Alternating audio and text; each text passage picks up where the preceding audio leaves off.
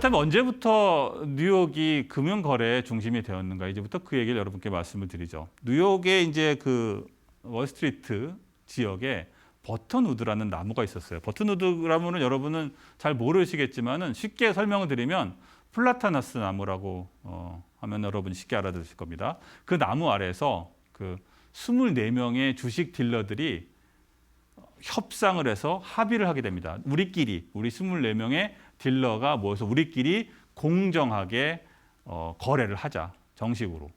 네, 공정한 거래를 하자고 이렇게 협상을 해서 만들어낸 것이 바로 이 버튼우드 협정입니다. 1792년에 만들어졌죠. 이 문서가 아마도 금융거래 역사에 있어서 가장 중요한 문서 중에 하나가 됩니다. 이 문서를 토대로 해서 이제 24명의 주식 딜러들이 공정하게 주식을 거래하게 되죠. 어디서 하느냐? 바로 역시 커피하우스였습니다. 네. 톤틴이라는 이름의 커피하우스에서 주식 딜러들이 모여서 매일 모여서 주식 거래를 한 것이 지금의 뉴욕 주식 시장의 시작이었습니다. 자, 그래서 곧이어서 이제 이게 발전을 하게 되죠. 계속 발전하면서 규모가 커지게 되면서 자연스럽게 이제 어떤 일이 벌어지냐? 자연스럽게 이제 뉴욕 거래소가 정식으로 오픈을 하게 됩니다. 1817년에 증권 거래에 대한 혁신적인 제도를 보완하면서 그때 뉴욕 거래소가 이제 정식 이름을 달고 이제 시작을 하게 되죠. 그리고 뭐 이후에는 지금 위치에 뉴욕 거래소 건물도 이제 가서 이전을 하게 됩니다. 물론 그 전에는 말씀했던 것처럼 톤틴 커피하우스였다. 영국에도 조나단 커피하우스였던 것처럼 뉴욕도 톤틴 커피하우스에서 주식 거래를 시작했다. 이렇게 여러분이 기억을 하면 될 것 같습니다. 자, 뉴욕 거래소가 지금의 그런 명성을 얻게 되는 결정적인 계기가 있었습니다. 바로 기술이죠. 뉴욕 거래소가 혁신적이었던 부분은 세계의 그 금융거래의 중심이 되었던 배경에는 빠르게 그 어느 것보다도 빠르게 최신 기술을 받아들였다는 그러한 부분이 있습니다. 지금도 마찬가지고요. 그래서 1878년에 처음으로 전신 전화 시스템을 증권 거래에 도입을 하게 됩니다.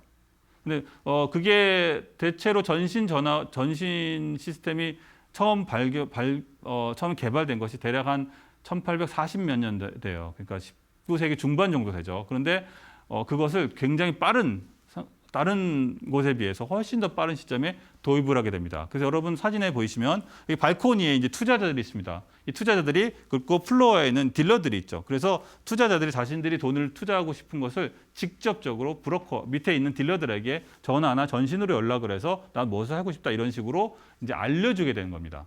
네, 이렇게 해서 굉장히 빠른 효율적으로 거래가 가능해지게 된 것이죠. 덕분에 뉴욕 거래소는 다른 국가의 주식 거래보다 훨씬 더 앞서서 많은 발전을 이루게 된다. 그렇게 여러분이 이해하면 될 것 같습니다. 그리고 지금도 역시 마찬가지입니다. 제가 오늘 다루진 않겠지만 나스닥이라는 것이 있죠. 뉴욕 거래소와 지금 어깨를 나란히 하고 있는 나스닥도 70년대에 오픈했는데 나스닥도 역시 최첨단 컴퓨터로 이용한 거래를 처음으로 도입하면서 이제 혁신을 이루게 되었죠. 자, 이 뉴욕 증시, 뉴욕이 이제 그 세계의 금융거래의 중심이 되는 데서 빼놓을 수 없는 인물이 바로 찰스 다우입니다. 찰스 다우라는 사람은 아주 일찍부터, 그러니까 뉴욕 증권거래소가 본격적으로 폭발하기 이전부터 이 증권거래에 대한 그 비전을 갖고 있었던 사람이에요.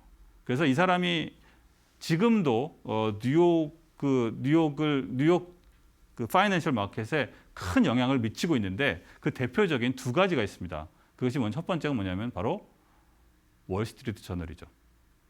네, 그렇습니다. 그 월스트리트 저널을 1889년에 창간한 인물이 바로 찰스 다우입니다. 지금도 역시 월스트리트 저널은 세계 금융거래에 커다란 영향을 미치고 있죠. 네, 그것을 만든 것이 바로 찰스 다우다 이렇게 기억하면 되겠고요. 그리고 또 하나 월스트리트 저널을 만들기 이전부터 이제 표준적인 그 금융거래에 굉장히 관심을 두게 됩니다. 어떻게 하면 밸류에이션을 정확하게 할 거냐. 어떻게 하면 시장을 정확하게 평가할 거냐 이런 고민을 했는데요. 그래서 찰스 다우는 에드워드 데이비드 존스라는 통계학자와 손을 잡습니다. 네, 그래서 만들어낸 것이 바로 우리가 잘 알고 있는 다우지수죠. 네, 다우지수가 처음 만들어져서 시작된 것은 1884년입니다. 당시에는 불과 4종목이에요. 4종목의 평균을 가지고 전체 시장을 평가했습니다. 지금 보면은 사실은 훨씬 더 다르고 효율적인 주식시장 평가 방법이 이제 있겠죠. 인덱스가 있지만 당시만 해도 이 찰스 다우가 갖고 있었던 이 비전은 굉장히 값진 것이었죠. 그래서 어쨌든 다우 지수는 1884년에서 현재까지 이어지고 있고 다우지수 변화를 보시면 처음 만들었을 때는 대략 한 2,000포인트도 안 됐지만 오늘 현재 28,000포인트가 올라갔죠. 네. 그래서 10배, 다우지수는 10배 증가했다. 이렇게 볼 수가 있습니다. 그 10배 증가라는 것은 결국 19세기 처음에 그 뉴욕 증시가 오픈해서부터 지금까지 발전 과정을 한눈에 보여준다. 이렇게 말씀을 드릴 수가 있겠습니다.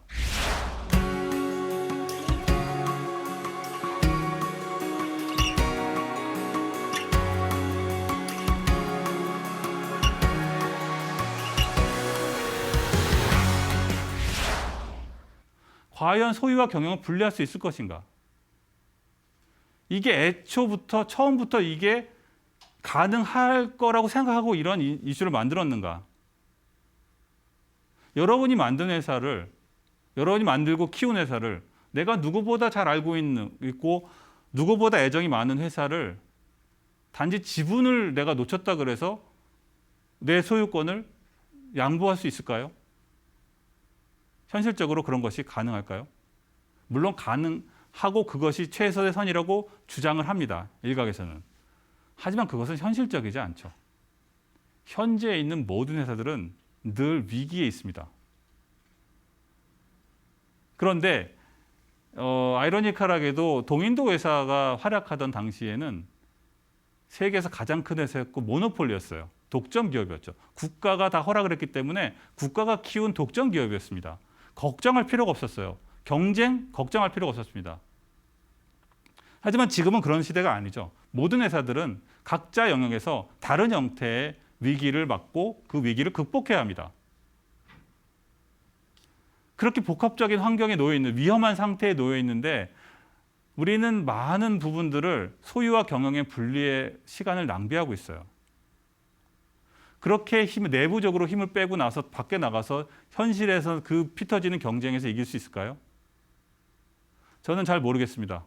저는 과연 무엇이 옳은지 잘 모르겠지만 적어도 여러분이 오늘 제가 말씀드린 것은 무엇이 옳다 그르다의 그런 얘기가 아니라 여러분이 다시 한번 본질적으로 왜 주식회사가 있고 왜 주식이 있는지에 대해 생겨났는지에 대해서 여러분이 깊이 한번 생각해 볼 필요가 있다. 저는 여러분께 그러한 그 질문을 여러분께 드리면서 마무리 지으려고 합니다.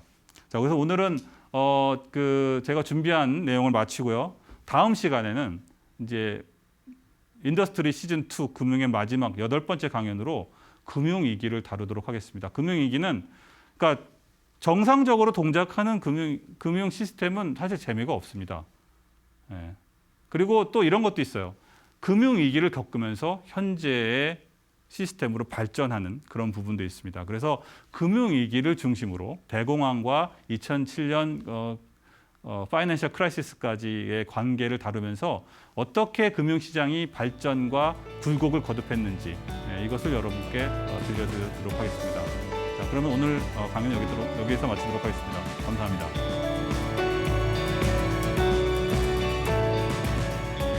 여러분 반갑습니다. 인더스토리의 임규태입니다. 오늘은 그 8번째 마지막 시간인데요. 금융위기입니다. 알렉산더 해밀턴. 미국 금융의 아버지라고 부를 수 있습니다. 현재 미국이 금융산업의 리더로 되는데 결정적인 역할, 그 파운데이션을 만들었던 사람이라고 할 수가 있죠. 이 알렉산더 해밀턴이 또 흥미로운 그러한 하나의 중요한 정책적 방향을 제시했습니다. 유대 자본을 막자는 것이었어요. 1907년에 주식 가격이 50% 어느 날 갑자기 폭락을 합니다. 그리고 뱅크런이 발생을 하죠. 소문입니다. 대중들의 공포를 자극함으로써 대중들의 마음을 자극함으로써 버블을 만들게 되고 급속한 주가의 상승을 만들게 되고 그리고 다시 그 대중들의 심리를 자극하는 공포감을 주음으로써 주식 가격을 폭락하는 것에 아주 능숙한 사람들이 바로 금융업자들이었죠. 그 대공황이 일어나고 나서 또 한 번 경제 금융 시스템이 완전히 무너졌죠. 그것을 다시 개혁할 때 그때의 실금원이 집어넣은 법안입니다. 그래서 폼크라는 조직이 만들어졌고 그 조직을 통해서 미국의 금리와 통화 정책이 이제 결정이 된 것이죠. 앨런처럼 이렇게 회계 부정을 저지르는 경우가 없어야 되겠다. 그렇게 해서 투자자들이 문제가 많은 돈을 잃게 되니까 이 투자자들을 보호해야 되겠다. 이러한 움직임이 일어나게 되고 그렇게 해서 만들어진 법안이 바로 사라반 옥슬리 법안입니다. 2002년에 이제 효력을 발휘하게 되는데 상장 기업 회계 개혁 및 투자자 보호법입니다. 금융이라는 전체적인 시스템은 그렇습니다.